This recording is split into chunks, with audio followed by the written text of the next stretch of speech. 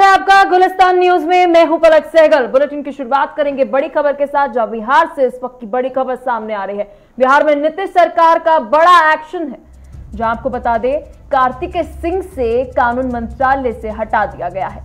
वहीं शमीम अहमद को बनाया गया है कानून मंत्री, कार्तिकेय सिंह को बनाया गया है गन्ना उद्योग राज्य मंत्री। बड़ी अपडेट इस वक्त की आपको बता दें, जहां बिहार के सीएम नीतीश कुमार ने बदला है अपहरण के आरोपी मंत्री कार्तिक कुमार का विभाग। आपको बता दें कि बिहार सरकार के मंत्री कार्तिक कुमार के खिलाफ के अपहरण का मामला दर्ज है। अब सीएम नीतीश कुमार ने उनका विभाग बदल दिया है।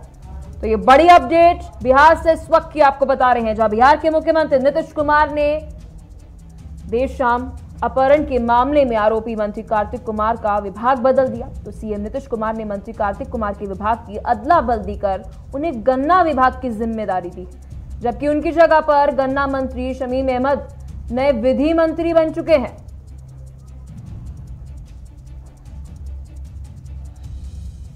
तो विभाग बदले जाने से पहले मंत्री कार्तिक कुमार कानून मंत्री का कार्यभार संभाल रहे थे। बड़ी अपडेट आपको बता दें, जहां 16 अगस्त को आपको बता दें कार्तिकेय सिंह से कानून मंत्रालय जो है वह हटा लिया गया है। तो कार्तिकेय सिंह को बनाया गया है गन्ना उद्योग राज्य मंत्री, तो शमीम अहमद को बनाया गया है कानून मंत्री। तो बड़ी अपडेट, बिहार से कार्तिकेय सिंह को गन्ना उद्योग राज्य मंत्री बना दिया और वही उनकी जगह 16 अगस्त को कोर्ट में होना था सरेंडर। तो इसकी वजह से ये डिसीजन जो है बिहार के मुख्यमंत्री नीतीश कुमार द्वारा लिया गया है।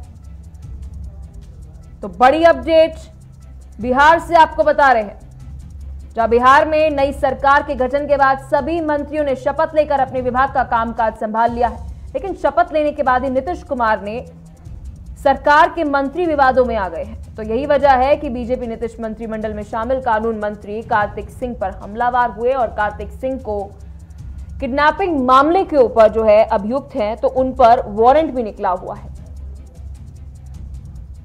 तो बिहार से इस वक्त की बड़ी अपडेट आपको बता रहे हैं, जहां कार्तिकेय सिंह को बनाया गया है गन्ना उद्योग मंत्री। तो बड़ी अपडेट बिहार से, जहां शमीम अहमद को बनाया गया है कानून मंत्री और वहीं दूसरी तरफ तो बिहार से ये इस वक्त की बड़ी खबर आपको बताइए, जहां शमीम अहमद को बनाया गया है कानून मंत्री और वहीं कार्तिकेय सिंह को बनाया गया है गन्ना उद्योग राज्य मंत्री। तो चलिए इसी बीच उत्तराखंड से एक बड़ी खबर सामने आ रही है। उत्तराखंड से हरिद्वार पंचायत चुनाव का ऐलान हो चुका है। 6 से 8 सितंबर तक नामांकन किया जाएगा। 9 से 11 सितंबर तक नामांकन पत्रों की होगी जांच। बड़ी अपडेट, 12 सितंबर को नामांकन वापस लेने की आखिरी तारीख है। तो वही 26 सितंबर को मतदान और 29 सितंबर को होगी मतगणना। बड़ी अपडेट उत्तराखंड से, जहां हरिद्वार पंचायत चुनाव का ऐलान हो चुका है। तो इसी कड़ी में आपको बता दें 6 से 8 सितंबर तक नामांकन किया जाएगा। 9 से 11 सितंबर तक नामांकन पत्रों की जांच की जाएगी और साथ ही 12 सितंबर को नामांकन वापस लेने की आखिरी तारीख है और वहीं 26 सितंबर को मतदान और 29 सितंबर को होगी मतगणना।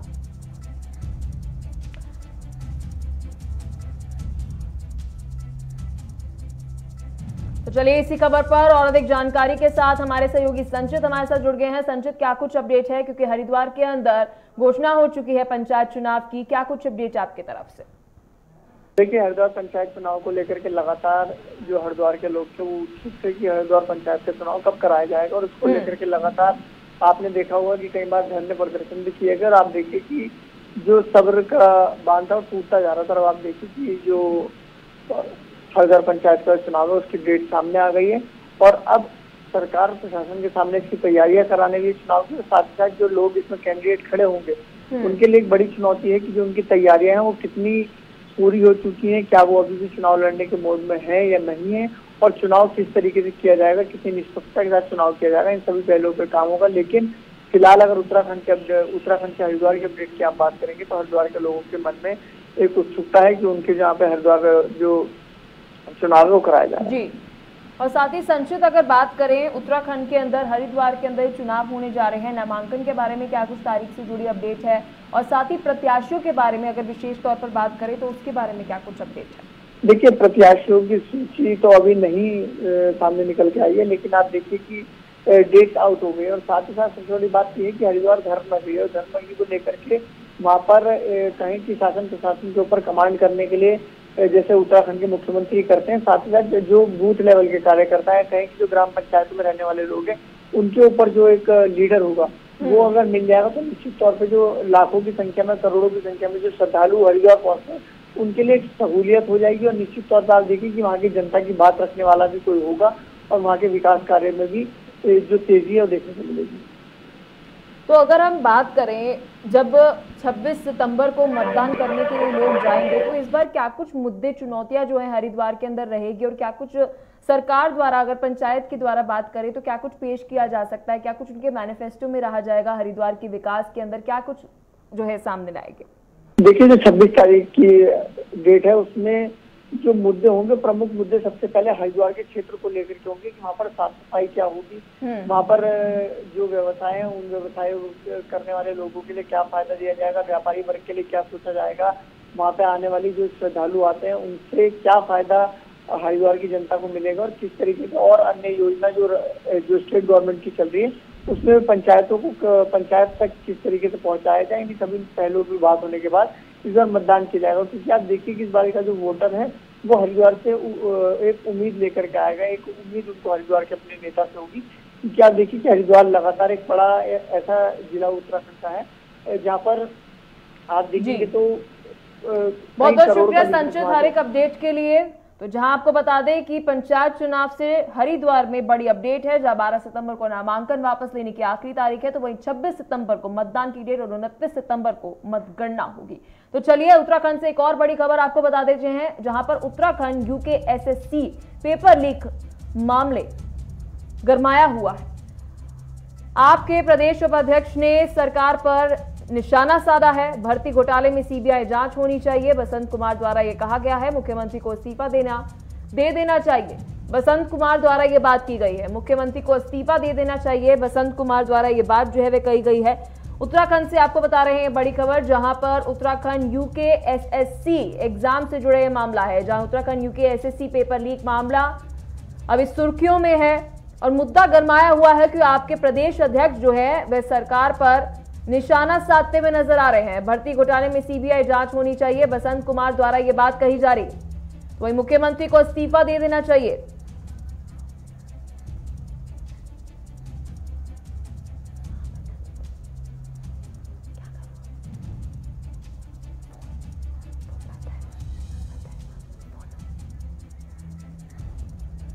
तो भर्ती घोटाले में सीबीआई जांच होनी चाहिए, बसंत कुमार द्वारा ये बात जो है वे कही गई है। जहां आपको बता दें कि यूकेएसएससी पेपर लीक मामले आज सुर्खियों में है, क्योंकि आप नेता द्वारा आपके प्रदेश उपाध्यक्ष जो है सरकार पर निशाना साधते हुए नजर आ रहे हैं। भर्ती घोटाले में सीबीआई जांच की मांग होनी चाहिए, बसंत कुमार द्वारा ये बात कही जा रही है। तो वहीं साथ ही मुख्यमंत्री के इस्तीफे की भी बात कर रहे हैं बसंत कुमार। तो युवाओं के साथ धोखा नहीं होने देंगे, आप द्वारा, उत्तराखंड आम आदमी पार्टी द्वारा यह बात कही जा रही है।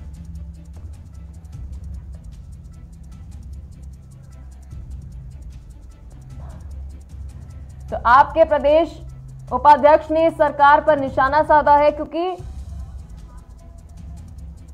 तो बात करें शिक्षा के ऊपर, तो आम आदमी पार्टी जिस तरीके से दिल्ली के अंदर शिक्षा पर काम करते हुए नजर आई है, तो वहीं दूसरे राज्यों के अंदर शिक्षा के मुद्दों के ऊपर लगातार हमलावर होती है। बात करें हम उत्तर प्रदेश की या बात करें हम उत्तराखंड के अंदर, तो अब आम आदमी पार्टी उत्तराखंड के अंदर शिक्षा को घेरते हुए नजर आ रही है, शिक्षा के मुद्दों को घेरते हुए नजर आ रही है, जहां उत्तराखंड यूकेएसएससी पेपर लीक मामला अब गरमाया हुआ है। तो इसी खबर पर और अधिक जानकारी के साथ, हर एक अपडेट के साथ हमारे सहयोगी धनराज हमारे साथ जुड़ गए हैं। धनराज, क्या कुछ अपडेट है, क्योंकि यूकेएसएससी मामले पर आम आदमी पार्टी सत्ता सरकार पर हमलावर होते हुए नजर आ रही है?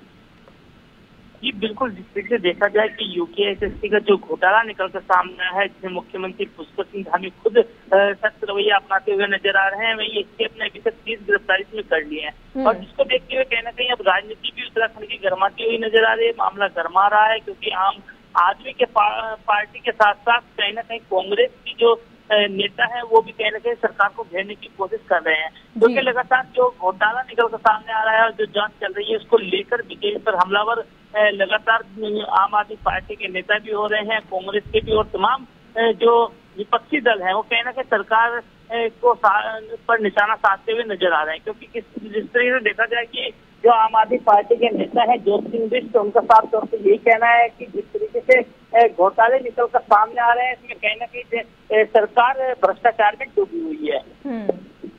धनराज, अगर बात करें यूके एसएससी एग्जाम के घोटाले के बारे में, उसके बारे में थोड़ा विस्तार से बताइए, अभी क्या कुछ सामने निकल कर आया है?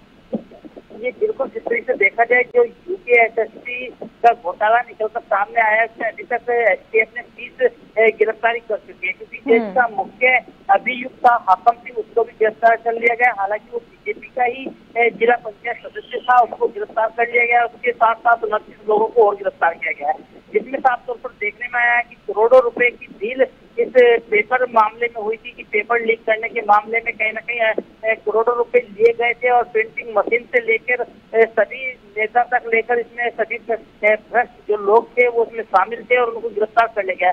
हालांकि अभी जांच खत्म नहीं हुई है, जांच लगातार चल रही है, और अभी तक 30 लोगों को गिरफ्तार किया गया है। आगे भी कई लोगों की गिरफ्तारी होने की संभावना इसमें जताई जा रही है। बहुत बहुत शुक्रिया धनराज हर एक अपडेट के लिए। तो आपको बता दें उत्तराखंड से खबर है, जहां आपको बताते हैं आम आदमी पार्टी मुख्यमंत्री के इस्तीफे की मांग कर रही है यूके एसएससी घोटाले के मामले में, और साथ ही युवाओं के साथ धोखा नहीं होने देंगे, बसंत कुमार द्वारा ये बात कही गई है। चले इसी बीच एक लखनऊ से ब्रेकिंग न्यूज आ रही है। तो लखनऊ में सपा दफ्तर के बाहर बुलडोजर चला है, नगर निगम का अतिक्रमण के खिलाफ यह अभियान, जहां आपको बता दें सपा कार्यालय के बाहर से हटाया गया है अतिक्रमण। बड़ी अपडेट आपको बता दें, विक्रमादित्य मार्ग पर सड़क किनारे दुकानें हटाई गई हैं, जहां सपा के ऊपर योगी का बुलडोजर चल गया है। बड़ी अपडेट आप सभी को बता दें, जहां लखनऊ में सपा दफ्तर के बाहर ये बुलडोजर चला है। तो लखनऊ में समाजवादी पार्टी के प्रदेश मुख्यालय के बाहर बुलडोजर चलाया जा रहा है। तो समाजवादी पार्टी के मुख्यालय के बाहर नगर निगम के अतिक्रमण अभियान चलाए, और साथ ही सड़क किनारे लगी हुई दुकानों को हटा दिया गया है। बड़ी अपडेट आप सभी को उत्तर प्रदेश की राजधानी लखनऊ से बता रहे हैं, जहां लखनऊ के अंदर सपा के दफ्तर के बाद मुख्यालय के बाहर यह अतिक्रमण चला है। तो ये सीधी तस्वीरें आप सभी की टीवी स्क्रीन के ऊपर, जहां ये बुलडोजर चलते हुए आप देख सकते हैं, जहां सपा के कार्यालय के बाहर ये बुलडोजर चल रहा है। लखनऊ में समाजवादी पार्टी प्रदेश के मुख्यालय के बाहर ये बुलडोजर चलाया जा रहा है। तस्वीरें आप सभी की टीवी स्क्रीन के ऊपर, समाजवादी पार्टी मुख्यालय के बाहर नगर निगम के अतिक्रमण अभियान चलाया जा रहा है। तो इसी खबर पर और अधिक जानकारी के साथ हमारे सहयोगी अनूप हमारे साथ जुड़ गए हैं लखनऊ की राजधानी यूपी की राजधानी लखनऊ से। क्या कुछ जानकारी है अनूप, क्योंकि बुलडोजर जो है इस बार समाजवादी पार्टी प्रदेश मुख्यालय के बाहर चलाया जा रहा है, क्या कुछ अपडेट आपकी तरफ से? देखिए बिल्कुल पलक, लखनऊ में समाजवादी पार्टी कार्यालय है विक्रमादित्य मार्ग पर, मुख्यमंत्री आवास 5 कालिदास मार्ग के ठीक पीछे, यानी कि करीब 500 मीटर की दूरी पर मुख्यमंत्री आवास से ये विक्रमादित्य मार्ग पर समाजवादी पार्टी का कार्यालय है। और वहां पर समाजवादी पार्टी कार्यालय के आसपास जो तमाम होर्डिंग, बैनर्स, पोस्टर की दुकानें थी, इसके साथ ही स्ट्रीट फूड की तमाम दुकानें थी, ये दस्तों से वहां लगी हुई थी।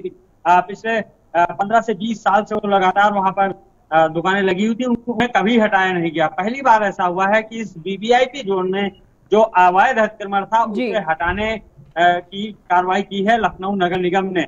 नगर निगम का दस्ता पहुंचा।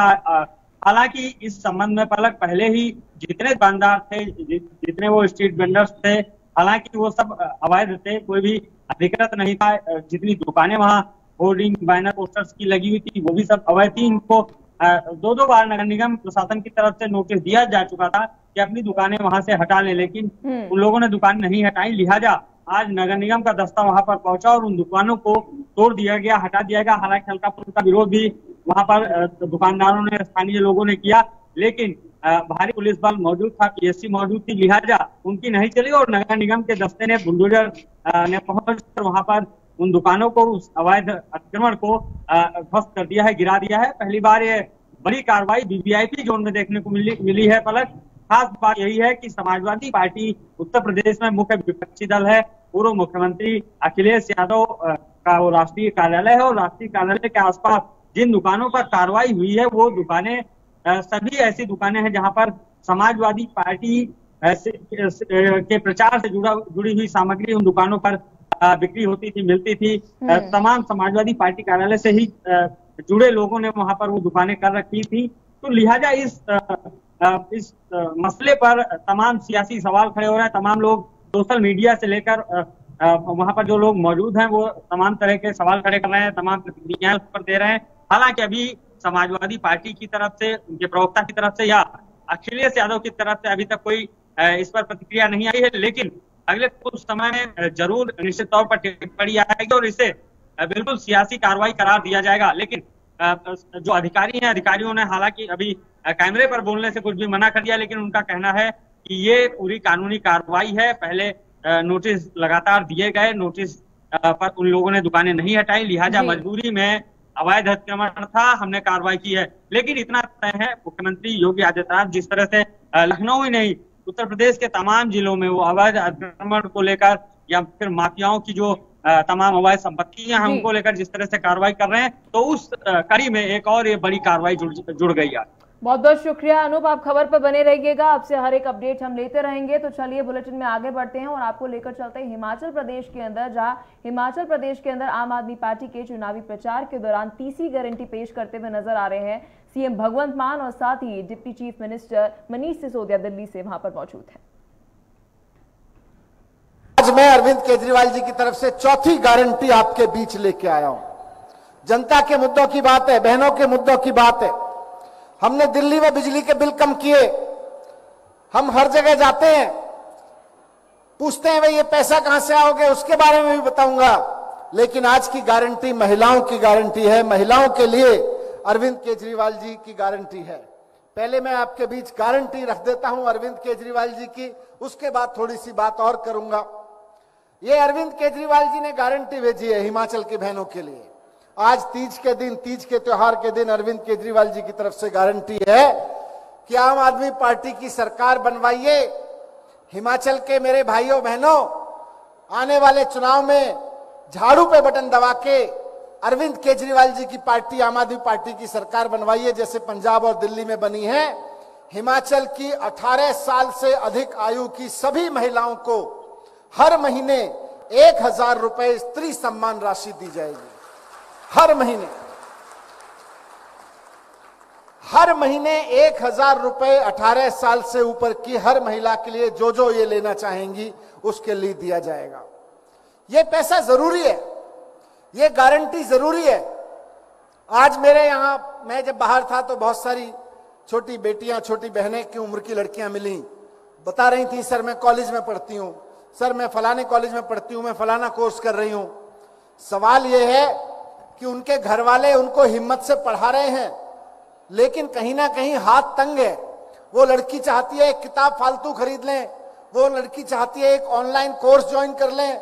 उस लड़की को 1000 रुपए नहीं होते हैं, उसको डर लगता है भाई माता पिता बड़ी मुश्किल से पढ़ा रहे हैं, माता पिता को कैसे बोलूं कि मुझे 500 रुपए का एक ऑनलाइन कोर्स ज्वाइन करना है, माता पिता को कैसे बोलूं कि मुझे एक कुछ खरीदना है 500-1000 रुपए का, जिससे मुझे पढ़ाई में और मदद मिलेगी, एक गाइड खरीदनी है, एक ट्यूशन बुक खरीदनी है, कुछ खरीदना है, कैसे बोलूं। अरविंद केजरीवाल जी की इस गारंटी से हर वो लड़की जो कॉलेज में पढ़ रही है उसको अपने सपना पूरा करने में मदद मिलेगी, उसको जरूरत है। बहुत सी महिलाएं हैं जो घरों में रहती हैं, बच्चे हैं छोटे छोटे, पति की अब कमाई उतनी है, महंगाई लगातार बढ़ती जा रही है, बच्चों के लिए कुछ 4 चॉकलेट भी खरीदना चाहती हैं तो पति से एक्स्ट्रा पैसे मांगने पड़ते हैं। पति कहता है भाई उतनी कमाई है कहां से लेके आऊं, महंगाई के इस जमाने में मुश्किल से घर चल रहा है। वैसे में सोचती हैं, मन मसोस के रह जाती हैं, बच्चे को 100 रुपए की एक चॉकलेट, एक टॉफी तक नहीं लेके दे पाते, बिस्किट तक नहीं लेके दे पाती हैं। कोई छोटी सी खिलौने, कोई छोटी सी ड्रेस पे बच्चा मचल जाए, बच्चे का मन करे, खरीद के नहीं दे पाती कोई बहन अपने बच्चे को। अरविंद केजरीवाल जी की 1000 रुपए की गारंटी हर उस महिला के लिए जो अपने बच्चों के लिए कुछ करना चाहती है, उसके लिए गारंटी है कि उसके हाथ में अरविंद केजरीवाल जी की तरफ से, हिमाचल की सरकार की तरफ से 1000 रुपए रखे जाएंगे हर महीने, ताकि अपने बच्चों के बारे में उसको सोचने की जरूरत ना पड़े। हर महीने उसके हाथ में 1000 रुपए आ सकते हैं। और थोड़ी बड़ी हो जाती हैं महिलाएं, यहां बड़ी उम्र की महिलाएं भी हैं, बहनें, माताएं हैं, उनके दिल में भी बड़ा अफसोस रहता है। घर में बच्चे के बच्चे हो जाते हैं, बेटी के बच्चे हो गए, बेटे के बच्चे हो गए, बच्चे आके कहते हैं नानी दादी हमको कुछ दिला दो। कभी घर में बेटी आती है, वो भी कहती है, वो भी उम्मीद रखती है मैं माँ से मिलने जा रही हूँ। माँ का मन होता है कि बेटी को विदा करते हुए 150 रुपए 500 रुपए उसकी जेब में रख दे, कुछ 500 रुपए का कुछ उसको खरीद के दे दे। पति से मांगती है, पैसे नहीं है, उतना ही कमाई है, हाथ तंग है सबका।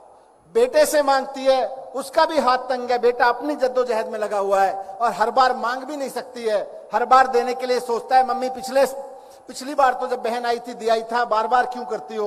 अपने लिए भी कभी कुछ मन करता है करने का, मन मसोस के रह जाती है माँ। आज अरविंद केजरीवाल जी गारंटी दे रहे हैं कि ऐसी सब महिलाओं की जेब में 1000 रुपए महीना सरकार की ओर से दिया जाएगा। आप झाड़ू पे बटन दबा के अरविंद केजरीवाल जी की पार्टी की सरकार बनवाइए। ये हमारी बहनों के लिए, बेटियों के लिए, माओं के लिए सुकून की गारंटी है। सुकून से जी सकती हैं, अपने सुकून से, तसल्ली से, अपने प्यार से, अपने कॉन्फिडेंस से अपना जीवन चला सकती हैं, इस बात की गारंटी है। अब एक चीज और है, जब अरविंद केजरीवाल जी ये कहते हैं कि हम 1,000 रुपए हिमाचल की सारी महिलाओं को देंगे, तो ये कहते हैं पैसा कहां से आएगा।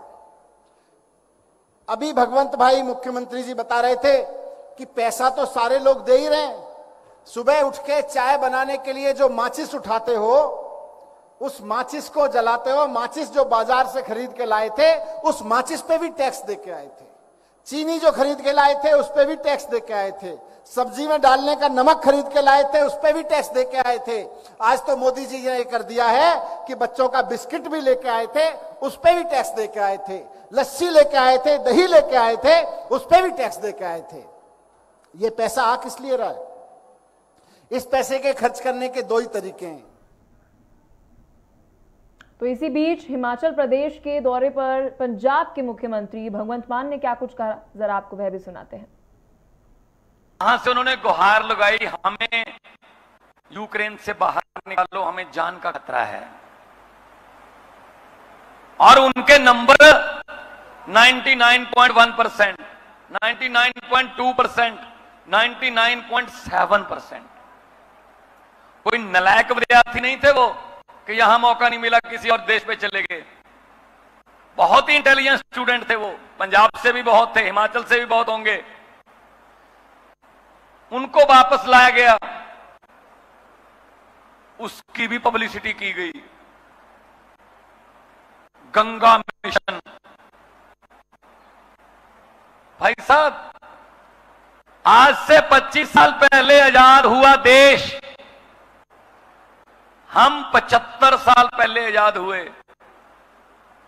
वो क्या कारण थे कि 75 साल आजाद हुए, 75 साल पहले आजाद हुए देश के लड़के लड़कियों को 25 साल पहले आजाद हुए यूक्रेन जैसे मुल्क में पढ़ाई करनी पड़ रही है। इसके बारे में कभी किसी ने कोई मिशन चलाया? ना। नारे लगवा लो जितने मर्जी, जहाज में भी लगवा लो। तो मेडिकल की पढ़ाई में हमारे बच्चे किसी से कम नहीं है। अमेरिका में बहुत भारी परसेंटेज में जो डॉक्टर हैं वो इंडियन है। क्यों काम करते हैं वहां जहां उनको डिग्री के मुताबिक काम नहीं मिलता? इसको बोलते हैं ब्रेन ड्रेन। हमारा दिमाग जो है वो उधर जा रहा है। इंजीनियर, डॉक्टर, साइंटिस्ट, रिसर्चर वहां जा रहे हैं। चले तो जाते हैं वहां, लेकिन मन उनका यही है। वो दिवाली मनाने, बैसाखी मनाने, लोहड़ी मनाने यहीं आते हैं, लेकिन उनको वतन में काम नहीं मिल रहा। शहीद आजम भगत सिंह, राजगुरु सुखदेव, करतार सिंह सराभा, लाला लाजपत राय, अशफाक उल्लाह, चंद्रशेखर आजाद जैसे हजारों शहीदों ने अपने प्राणों की बलि दी, आहुति दी अंग्रेजों को इस मुल्क से निकालने के लिए। लेकिन आज भगत सिंह की उम्र के 22-23 साल के नौजवान भगत सिंह, राजगुरु सुखदेव के वारिस, मां की बालियां बेचकर, गहने बेचकर, पिता की जमीन बेचकर 40 लाख रुपए लेके घूम रहे हैं ट्रैवल एजेंटों के पास। किस काम के लिए? अंग्रेजों के पास पहुंचने के लिए। तो दिल्ली के उप मुख्यमंत्री मनीष सिसोदिया और साथ ही पंजाब के मुख्यमंत्री भगवंत मान हिमाचल प्रदेश के अंदर प्रचार करते हुए नजर आए। तो चलिए बुलेटिन में आगे बढ़ते हैं और दिल्ली से ही आपको अपडेट दे दे, जब दिल्ली के मुख्यमंत्री अरविंद केजरीवाल ने बड़ा ऐलान किया है। गणेश चतुर्थी के मौके पर दिल्ली सीएम ने कहा है कि देश का पहला वर्चुअल स्कूल दिल्ली में आज से शुरू हो गया है। तो इसका ऐलान खुद मुख्यमंत्री अरविंद केजरीवाल ने किया। उन्होंने प्रेस कॉन्फ्रेंस के जरिए इस स्कूल को लेकर अहम जानकारी अभी सुनिए जरा। हैप्पीनेस क्लासेस, देशभक्ति करिकुलम, बिजनेस सिखाने के लिए बच्चों को एंटरप्रेन्योरशिप क्लासेस, कई स्पेशल किस्म के स्कूल शुरू किए गए। जैसे अभी एक स्कूल शुरू करने जा रहे हैं जहां ट्रैफिक लाइट्स के ऊपर जो बच्चे भीख मांगते हैं वो एक तरह से समाज के सबसे कमज़ोर वर्ग होते हैं, उनकी तरफ किसी का ध्यान नहीं जाता, वो किसी का वोट बैंक भी नहीं होते। उन बच्चों को मेन स्ट्रीम में लाने के लिए एक रेजिडेंशियल स्कूल बना रहे हैं हम लोग। इस तरह से एक आर्म्ड फोर्सेस प्रिपरेटरी स्कूल बनाया है जहाँ पे बच्चों को फौज में भर्ती करने के लिए ट्रेनिंग दी जा रही है। उसी तरह से स्पोर्ट्स यूनिवर्सिटी बनाई है जिसका मकसद है देश ज़्यादा से ज़्यादा ओलंपिक और अंतर्राष्ट्रीय स्तर पे मेडल लेके आए। स्किल यूनिवर्सिटी तैयार की है जिसमें बच्चों को रोज़गार के लिए तैयार किया जा रहा है। इस तरह के कई कदम उठाए गए हैं। आज हम देश का पहला वर्चुअल स्कूल चालू करने जा रहे हैं। 1 साल पहले हमने ऐलान किया था कि हम देश का वर्चुअल स्कूल बनाएंगे। बहुत सारे ऐसे बच्चे हैं जो स्कूल नहीं जा पाते, गांव में स्कूल नहीं है या स्कूल बहुत दूर है, दूसरे गांव में स्कूल है, जा नहीं सकते, बीच में नदी पड़ती है। ऐसी बहुत सारी बेटियां हैं हमारे समाज के अंदर। जिस तरह से लड़कियों की एजुकेशन को लेके लड़कियों की एजुकेशन, कई सारे पेरेंट्स लड़कियों को पढ़ाते नहीं हैं क्योंकि वो बाहर नहीं भेजना चाहते। तो ऐसी बच्चियां जो घर में हैं वो घर बैठ के एजुकेशन कर सकती हैं। ऐसे बहुत सारे बच्चे हैं जो काम पे लग जाते हैं, बचपन में होना नहीं चाहिए पर काम पे लग जाते हैं। ऐसे सारे बच्चों तक, आखिरी से आखिरी बच्चे तक शिक्षा पहुंचाने के लिए हमने ये स्कूल का नाम है Delhi model virtual school, DMVS, Delhi model virtual school की आज से शुरुआत की जा रही है। 9वीं क्लास में, ये 9वीं से 12वीं का होगा लेकिन अभी शुरुआत है। तो 9वीं क्लास में एप्लीकेशंस, आज इसमें एप्लीकेशंस इनवाइट की। तो फिलहाल के लिए इस बुलेटिन में इतना ही, लेकिन खबरों का सिलसिला बना रहेगा। देखते रहिए गुलिस्तान न्यूज।